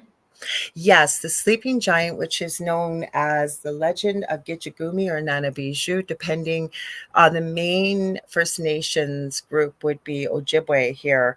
But there's also a lot of Cree, because they were warring these 2 groups way back in the day. And that's in the north side. It's about 7 minutes away from my house. It literally looks like a sleeping giant. Now, as the legend goes, there's a beautiful little town called Rossport. I believe it's about an hour outside of Thunder Bay. And one of the world's largest untouched silver mines is there. And the legend with the sleeping giant is basically he's guarding that silver mine, and anybody that would try to access the mine would be cursed. And people that have tried to, there's a lot of reports of deaths around it. Now, in the south side of the city, which is interconnected, is Kekabeka Falls, which is called Little Niagara of the North. And that also is connected to the legend of Nanabiju. Apparently, the daughter of the chief with Nanabiju, he's supposedly the one laying down. And it does look like a man laying down the mountain range. Protecting it and hiding it, right? Yes, but I guess the Cree had captured her and wanted to infiltrate her father's tribe. And she basically sacrificed herself, this princess. And she ended up telling them, basically, no GPS and canoes and however you traveled. She told them, I guess, I don't know what way she told them to turn right. I'll say turn right. And they ended up going over the falls to their death.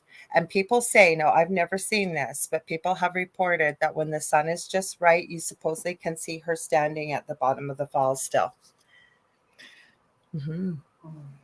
So pretty interesting stories. Every city has that, though, I think, right? If it's been around for a while.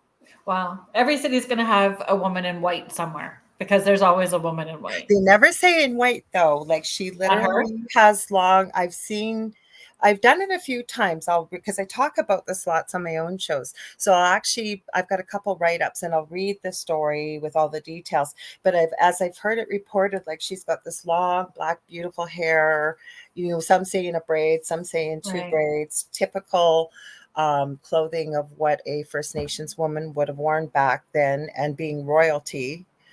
So I don't know, but not a woman in white. There are lots of women in white stories, that's for sure.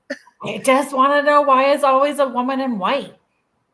Well, isn't it based on the legend of La Llorona? It's the woman supposedly found out her husband was cheating on her in Latino culture, and she was so distraught she took the lives of her own children, and then she was so distraught. She took her own life. So it's usually the woman in white weeping, and you get EVPs. Yeah, I thought there was a connection about like deep trauma. There you go. We could have just said it that simply. Yeah. I thought it was a connection to deep trauma, but I just don't get it. Like, We were talking. I want to come back looking like a swamp hag. Yeah, exactly. I'm gonna haunt as a swamp hag. Everybody needs to get prepared. I've warned my children. Spirit can appear any way you wish, right? Like, I know for myself, being a medium, and I'm sure you'll second this, that I usually end up describing what I will see.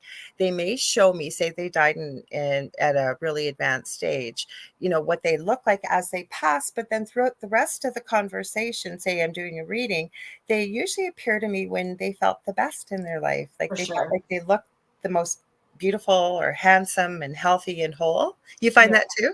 Yeah, it's the same with me too. And I find children or babies will show me where they would be at now, what they would look like at the age they would be now if they had yeah, not that's passed, right? true. You know who So has a spirit guide? Have you ever heard of Jamie Butler? She used to work quite a bit with Elisa Medhus with channeling Eric. Are you familiar with that story? No.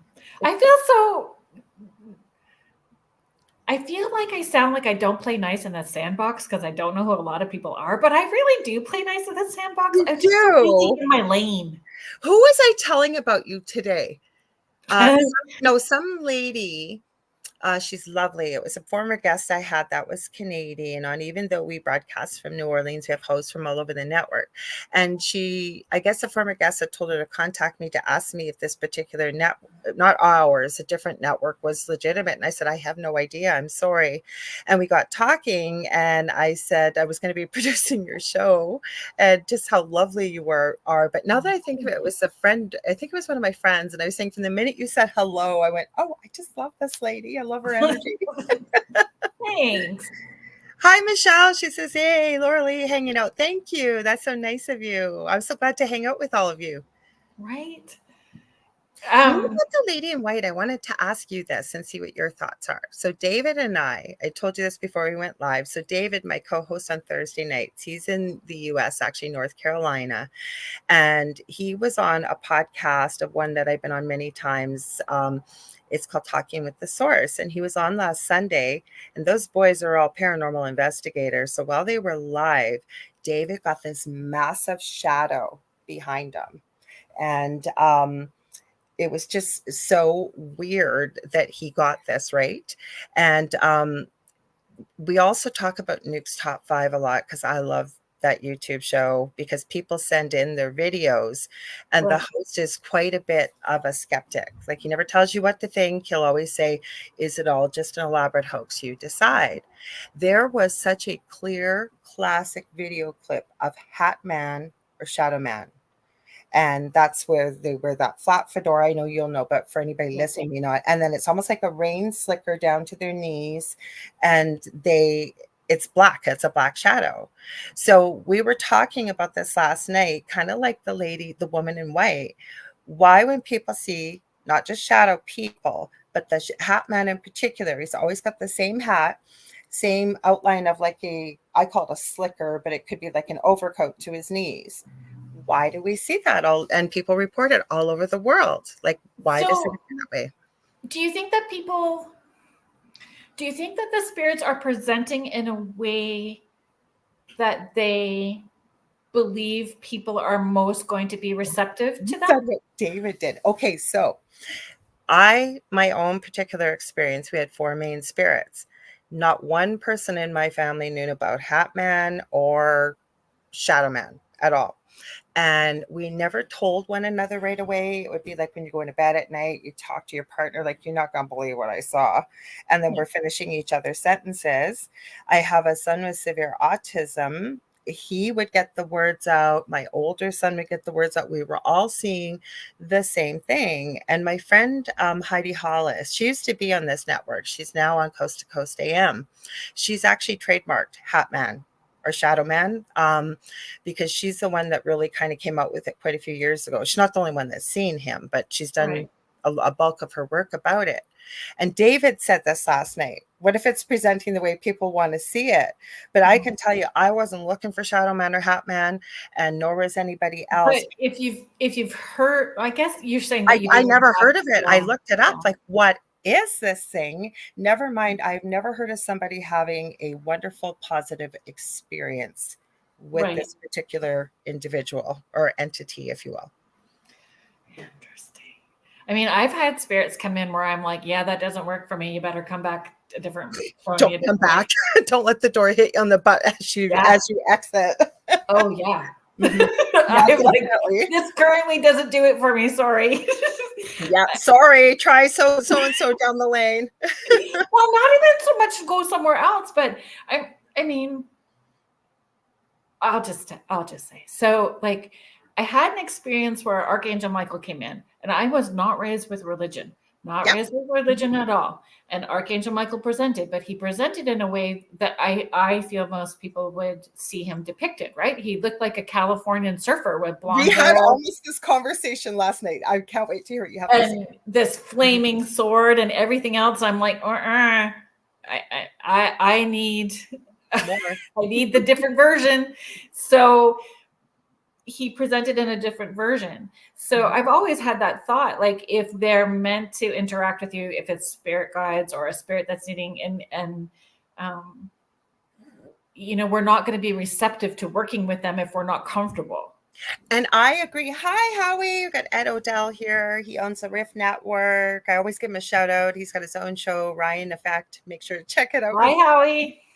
No, okay. So we had almost this exact conversation last night because David went to Angels. And you're going to agree. I know you are. I know Howie will say, probably lots of people that have heard this, right?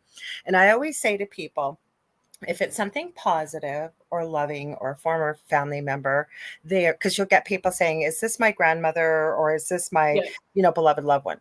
I always say your loved one is not going to scare you. Like if they were a prankster in life, they might, do something prankster-ish kind of that you'll recognize it's them. But they don't mean to either. No, they would never mean to scare you, is what I'm saying, right? So, but with negative entities, for example, whole different because angels, that's where I was going with angels, right? You've been raised with religion or a belief that angels have wings. I have heard so many reports, and David was bringing this up last night too, that the angel will appear with wings so that you recognize this as an angel, right?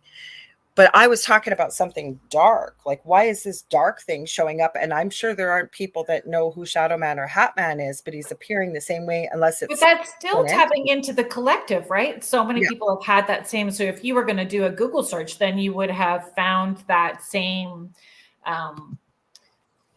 story. Mm-hmm. Yeah, well, we were having this conversation. It was so funny because it was almost like what David and I were talking about last night. But what you said, I think, is so important. Tapping into the collective. There are people that know what this is. And then Howie asked last night, we had quite a conversation about this, is Shadow Man or Hat Man, has he kind of evolved into what Thin Man was? And my word was no, because I think it came from a completely different source. It came from a creepypasta story, right? It's more like a tulpa, and it's been around for a long time. It's weird why it'll appear that way. Now I got to think about this, the collective. Sorry, go ahead. I don't mean to keep yapping here. I'm all excited. Oh yeah, no. I was gonna read Howie's question. May I ask? Let's flip this for a sec with demons. Mm-hmm. Okay. Well, I can tell you, sorry, go ahead. Sorry. So would demons love you or show love to you? In the beginning, yes, that's a way to get in. And I'm always a little more careful if it's a child coming through in spirit. Well, this is it. Like if you, and my experience to this point is the only way that I can respond with, right? Mm-hmm. Like I have an experience with, right? So it's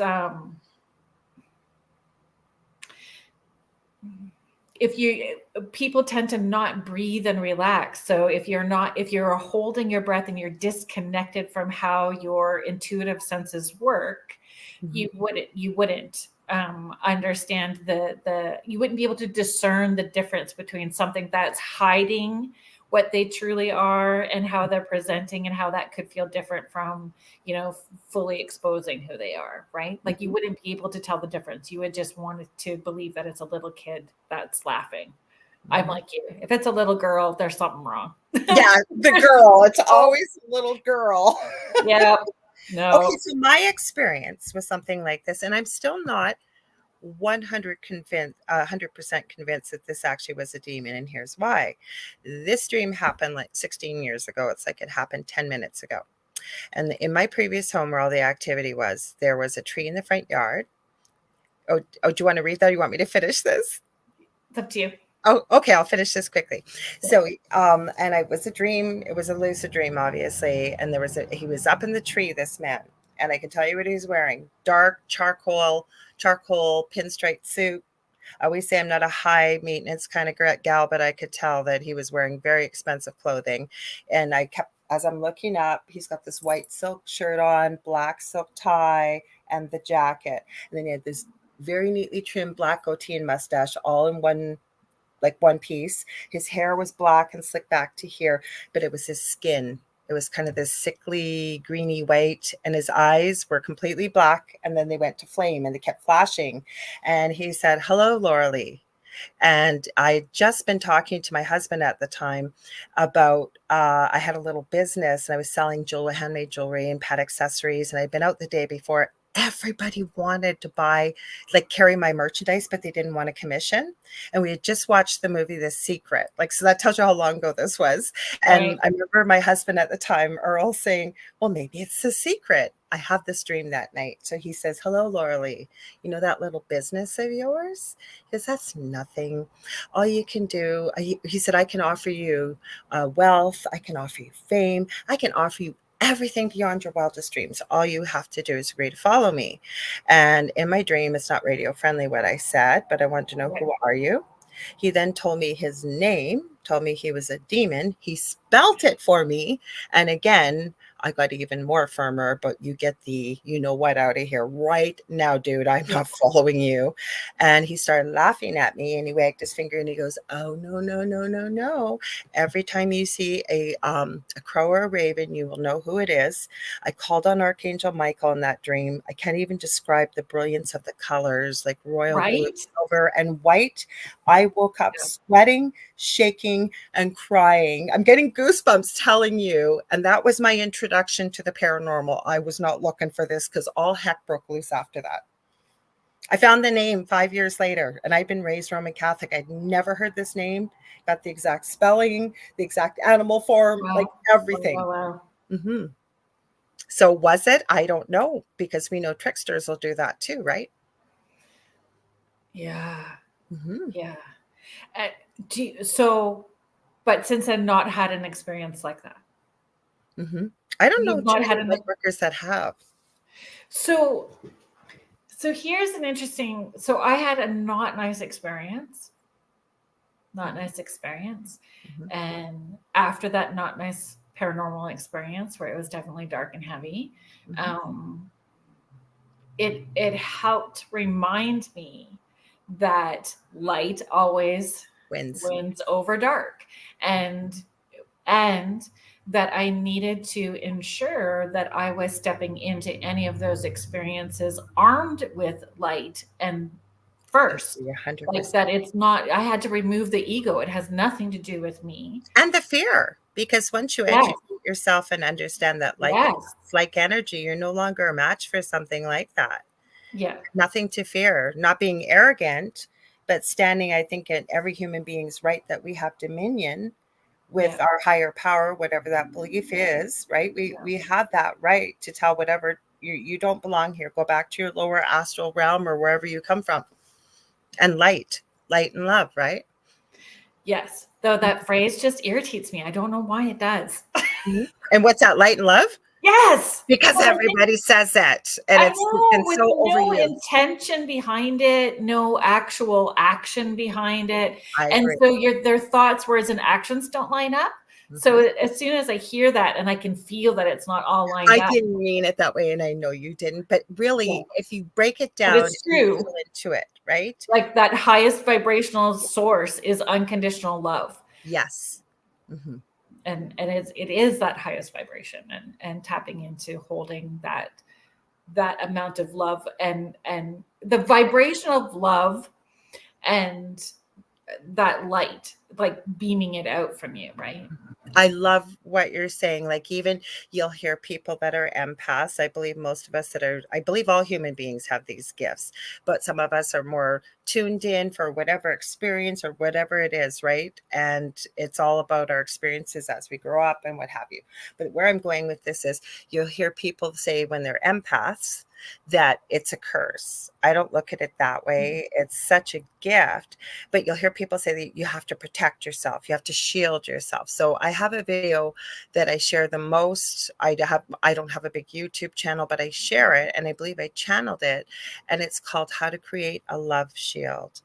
And it takes longer for me to walk people through it than it does to do yourself, because by the time you're done that video, you will know how to do it and what to do. So you won't end it and go, what was step 7 again? Right? Because love is so powerful. I can't think of anything more powerful and high vibrational. Yeah, it's true. It's true. Do we want to address how Absolutely. He said he was going back to his tuba, but it looks like he's still there. That's awesome. Do you want to read it? Sure. How I saying, but we know Slenderman could have been manifested by society. I think it was. I do too. I think when we all, because our thoughts are energy, and we're always in constant co-creation. So, I tell people, if you're saying something and you can say clear, cancel, and delete that thought. Thank you very much. I don't want to manifest. I love that you have that phrase. I love it. We're going to clear, cancel, and delete that thought. So if you have so many people putting that same energy into something, you are all in co-creation of that. And then we go back to the woman in white. Is that maybe why it's persisted? Because it's talked about, or in certain cultures it's believed in, right? So going into the collective, enough people are putting that energy, whether it's thoughts, words, or emotions, right? And maybe that's why it still exists. So in applying that to the paranormal investigations, like when we were talking with Jac earlier, what you bring to the table. Yeah, she's pretty fun. So what you bring to the table matters, like what energy you're going in with. And I think that we need to get more comfortable with having honest conversations about, I'm feeling a little off today. Absolutely. And being honest about that, or being honest to say, I'm feeling like you might be a little off, and that's okay if you don't want to engage in this right now, and having honest conversations about how we're feeling energy of people. Well, even with the work that we do, like I always tell people that if I have an energy session booked to work with somebody, and even I always have a rule that I don't charge my friends and family. I just don't.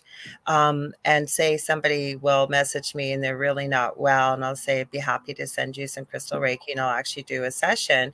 But if I'm ill, I'm a chronic pain sufferer, as well as I'm maybe just off or tired, I'll say, listen, we're going to have to hold off, because I know with the way energy works, I could possibly send people something with me feeling the way I am, right? We need to be grounded.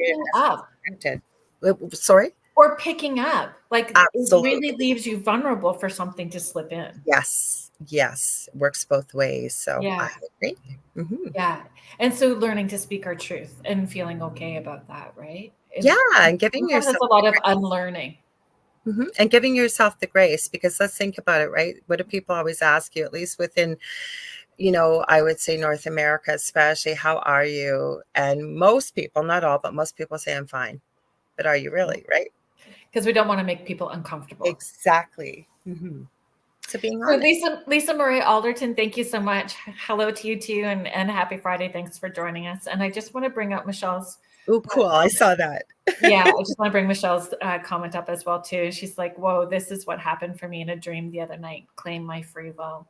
That's exactly what we have to do, right? And I think knowledge is empowering. So when people hear us talking about what we're talking about, you don't have to be afraid because, like I say, we never went looking for the paranormal. I had it around me my whole life, but I kind of came into what I'm doing now a little later because of the experience I went through. But what I'm saying is by putting this information out there, it's empowering people because, you know, people need to remember that TV is entertainment. And a lot of people, I know you were talking a bit with Jay a little bit about, or Jack a little bit about this earlier, not the same topic, but people Yes. see things on TV. Like she said, people were going with the Ouija board trying to use it. Well, this is what they do on TV. You have Yeah. to remember that that's TV.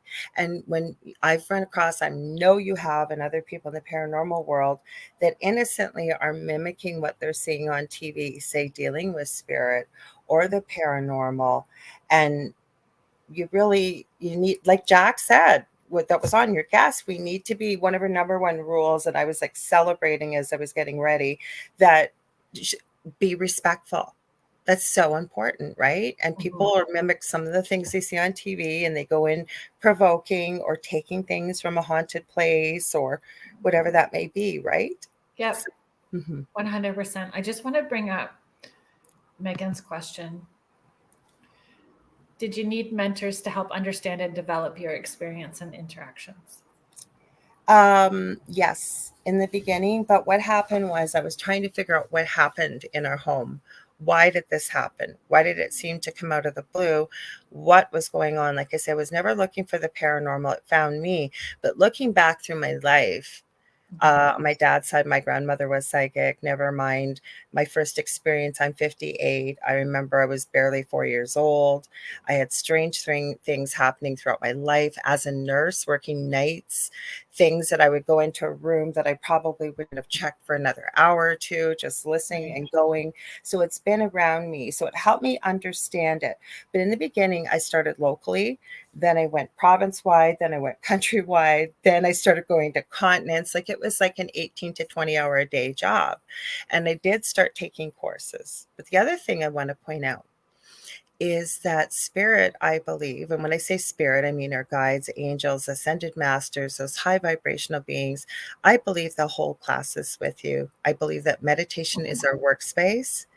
Ask and it shall be given. I really believe that once you tune in and know what that feels like and who you're connecting with. What's your thoughts, Carrie Lynn? Yeah. And understanding that your teachers may be earth angels. So those people that you run into that Mhm. share a Yeah, story agreed. or encourage or inspire you. Mhm. And it's your divine team putting those people in your, like in your path 100%. and in your way. Mhm. I think where people can get tripped up when we're talking about mentors and teachers, Mhm. um, my personal belief, I share this and I always hesitate when I'm about to share it because I feel again like I sound like I don't play nice in the sandbox, but I do. Mhm. Um, your personal healing matters.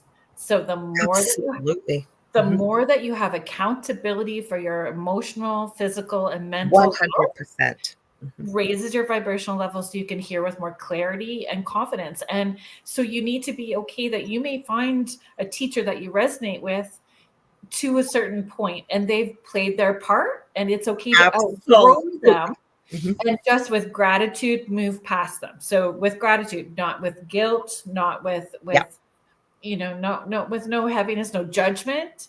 Mhm. They're playing their role to this level. Yeah. Maybe it's just to meet people when they're awakening, I and then don't you think can you're go past. wrong. I'm Yeah. I wouldn't even hesitate to say what you just said because I will tell you, and you can hear me anytime, whether I'm doing I've something. gotten flack for it. I'm sorry to hear that because my Yeah. number one thing I was going to say, I say to people always is, and I do mentoring as you do. You have a fantastic group on Facebook. I have shared it with so many people that Thank have you. asked me newly awakening, and you do so much and you give so much.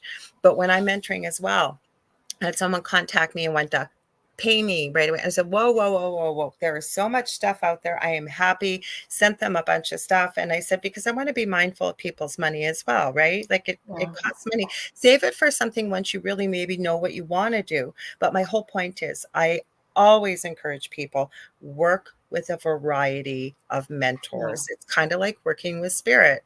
in the Akashic records? Could I work with an individual ascended master or angel or whatever? Yes, but when we work with a collective, it's tapping into that collective and more seems to come in. It's the same with a mentor. Take what resonates, no matter what it is, leave the rest, but get it from all avenues, because I think you get a much more well-rounded knowledge base, basically. I would encourage people to, thank you, Megan, for asking this question. I would encourage people to trust their intuitive language as it's developing for them, because it's going to be true to you. So, whatever you need to do to have that confidence, but how you receive may go against the grain for how everybody else. But if it's true to you, don't try to force it to be something else, because it won't work for you. It just won't. 100%. And you know it, you've seen it, I've seen it, where you've got a group of maybe 60 people, whether it's online, a room, whatever it is, and there's always a few that are by the end look very dejected, and they say, I didn't get anything, like maybe I'm just not meant to be doing this, like maybe I'm just not connecting. It's like, no. And that's okay. Give yourself the grace, the space, and the time, because spirit meets us where we're meant to be. Plus, you may be receiving it, but you're just maybe not sure. Maybe it's going to come to you in a dream later on. Whatever it is, we have to be where we are in the moment. I think, believe in ourselves. I believe we all have the ability to connect. Letting go of your expectation. Letting go of your expectation of what you think is supposed to look like. And don't measure yourself against all the people around you. It's hard, though. Experience. Mm-hmm. That's a journey in itself, not comparing. Yeah. I mean, I still, especially if I'm overtired, it's bad. I can slip into that, like, not doing enough, not giving enough. I can slip into that pretty easy. I think we all can. I think, okay, here's an example. If I'm hangry.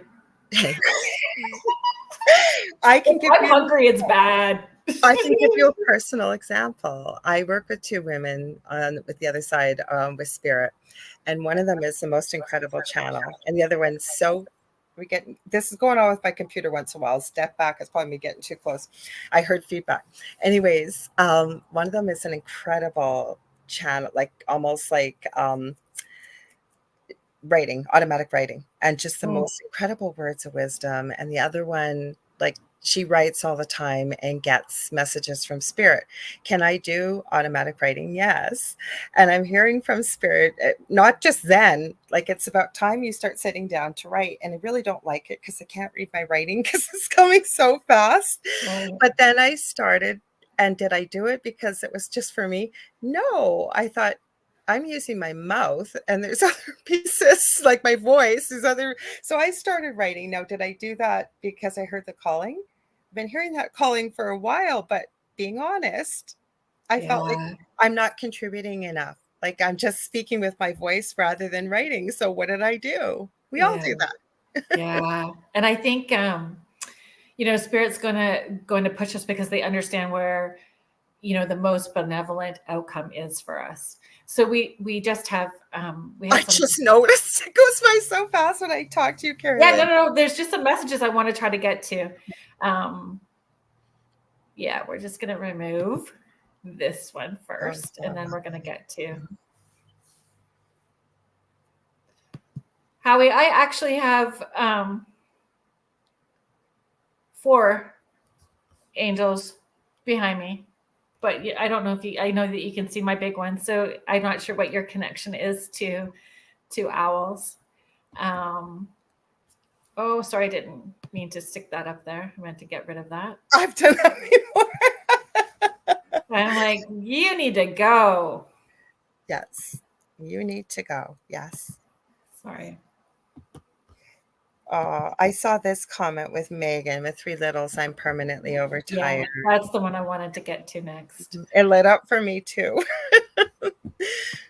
Megan, my kiddos are older now, so I have 4 children. I've been a single parent forever. And yes, I know actually how we can have a conversation about that another time, because I'm in a 10-day rabbit hole regarding ufology and owls currently, and in conversations with Mike Cleland. Cleland. Oh my gosh. You and I swear to God, Yeah. between giants and ufology. Yes, I go on about that story. Nobody knows about it. It's so cool. Yeah, me too. So I definitely will, Howie. So Megan, with three littles, I totally get it. And what I found for me with my journey, having the four and being a single parent, I found, my own expectation for where I thought I was supposed to be.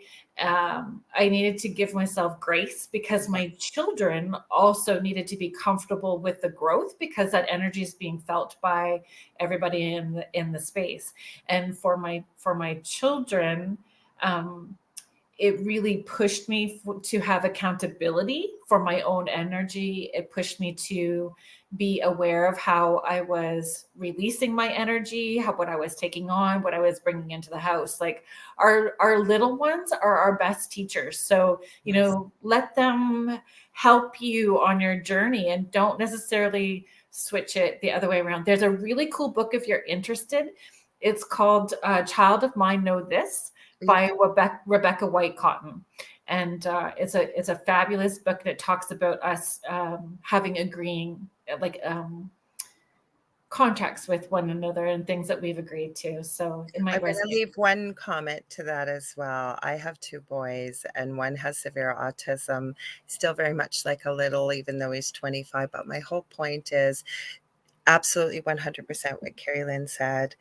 And the other thing is, remember, with the best person, right now, the most important thing is your little ones and being the best mom that you can be.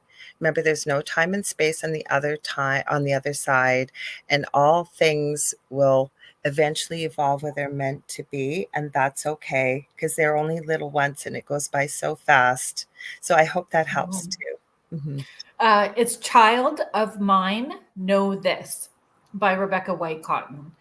So the website, I believe it's still brighttreasures.net. And she's got a fabulous book too that sort of blends, Christmas and spirituality at the same time. And if you've read Conversations with God by Neil Donald Walsh, he does the opening introduction for her with her books. Yeah. Yeah.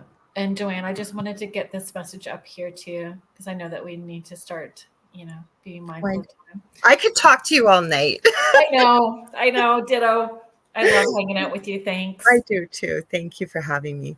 So Joanne is just sharing, my messages come between sleep and waking in the morning. Last week was clear as possible. Mm-hmm. That's amazing. I'm glad that you had that. That's a sweet spot for a lot of people. Yeah. And then she's saying, sorry, I heard open the door. I tell people to, if I have to make a decision about something, I need to sit with it overnight. And it's first thing in the morning, I get that intuitive guidance on where the right response is. Mm-hmm. So I always tell people, please be patient. I'll get back to you in the morning, because the morning time is that space for me. Mm-hmm. Yeah, it's so awesome. I guess we got to wind down, don't we? Right? Yeah, we do. It's that time. So thank you everybody for hanging out with us tonight. It was a pleasure having Jac from Guelph Urbex. Her website is guelphurbex.com if you want to connect with her. Thank you, Laura Lee. You guys can connect with Laura Lee on her shows, the Angel Rock on Mondays, and the thing at the foot of the bed on Thursdays. Yeah, the thing at the foot of the bed with David Hansel. So I don't, want to exclude David, because he's nope, we can't forget David. Nope, can't forget David. So, thank you for all of your comments and questions, and a big shout out to the United Public Radio Network and the UFO Paranormal Radio Network, 105.3 and 107.7 New Orleans. So thank you very much, everybody. Next week, I'm having part 2 of the red-haired giants of. Oh, I was hoping you were. Yeah. So Floyd Wills. Yeah, Floyd Wills is coming back on, and we've got sort of the bugs worked out, so he'll be here for the full length of the show, and we'll be talking about the red-haired giants again, and going a little further, talking about, I always pronounce it wrong. I pronounce a lot of things wrong. Nephilim. The Nephilim. Nephilim. I'm going to repeat it all week so that I can do it right next week. Nephilim. So yeah, Nephilim, tomato. Yes, yes. It sounds like I've got marshmallows in my mouth, or it feels like I got marshmallows. But yeah, we're going to be talking about that and other ancient mysteries, because he does talk about the Greys and he does talk about reptilians in his book as well too. And I'm marking that one on the calendar because I was so excited when you said you were having him, and then I can't wait. I'm glad. Yeah, he's super knowledgeable and well researched, and I enjoy talking with Floyd. So he's going to come back on so we can do part 2 to that conversation next week. So, please join me again next week, and thanks for being here, everyone. Thanks, everybody. Have a great weekend. Bye. Bye. Did it wrong, sorry guys. It just doesn't want to play properly. Hang on. You've been listening to Spirit Switchboard with host Carrie Lynn Shelhorn on the United Public Radio Network 105.3 New Orleans.